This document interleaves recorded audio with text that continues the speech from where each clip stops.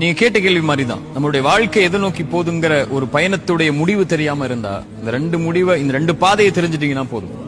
அதுக்கு முன்னாடி பிலாலுடைய சம்பவத்தை சொல்றேன். பிலால் இப்னு ரபாஹ் மக்காவில் அடிமையா இருந்து அல்லாஹ்வுடைய தூதரோடு இஸ்லாமை ஏற்றுக்கொண்டு மதீனாவுக்கு வந்து அல்லாஹ்வுடைய தூதருடைய வாழ்க்கை வரை இருந்தவர். பிலால் இல்லாம மதீனா விழிக்காது இல்ல. பிலால் இல்லாம அல்லாஹ்வுடைய தூதரை விழிக்க மாட்டாங்க. அதானுடைய தலைவர் அவர். பிலால் அல்லாஹ்வுடைய தூதரோடு பயணித்தவங்க. அல்லாஹ்வுடைய தூதருடைய மரணம் அவருடைய வாழ்க்கையில மிகப்பெரிய இருளை கொண்டு வருது. அவருடைய வாழ்க்கையில மகிழ்ச்சியை மறந்தார். கவலை முழுக்க நிரம்புது.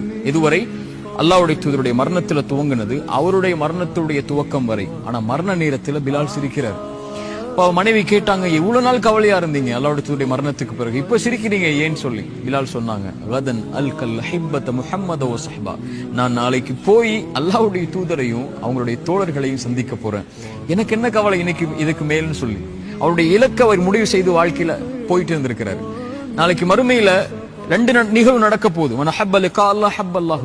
யார் அல்லாஹ்வின் சந்திப்பை விரும்புறாங்களோ அவர்களை சந்திக்க அல்லாஹ் விரும்புறான். அல்லாஹ் காத்துட்டு இருக்கான் நாளைக்கு நம்மளை சந்திக்கிறதுக்காக. அந்த பாதையுடைய முடிவு அல்லாஹ்வுடைய சந்திப்பு. இரண்டாவது, என் தோழர்கள், என்னை பார்க்காமல் ஈமான் கொண்ட அந்த மனிதர்களை நான் சந்திக்க விரும்புகிறேன், ஆசைப்படுகிறேன். யார் சொன்னா? அல்லாஹ்வுடைய தூதர் சொன்னாங்க. பிலாலுடைய அந்த வார்த்தையை பொருத்தி பாருங்க. என்னுடைய இந்த வாழ்வு எப்படி இருந்தாலும் நான் போக போற பாதை அந்த மகிழ்ச்சிக்குரிய பாதை. அல்லாஹ்வும் அல்லாஹ்வுடைய தூதரும்.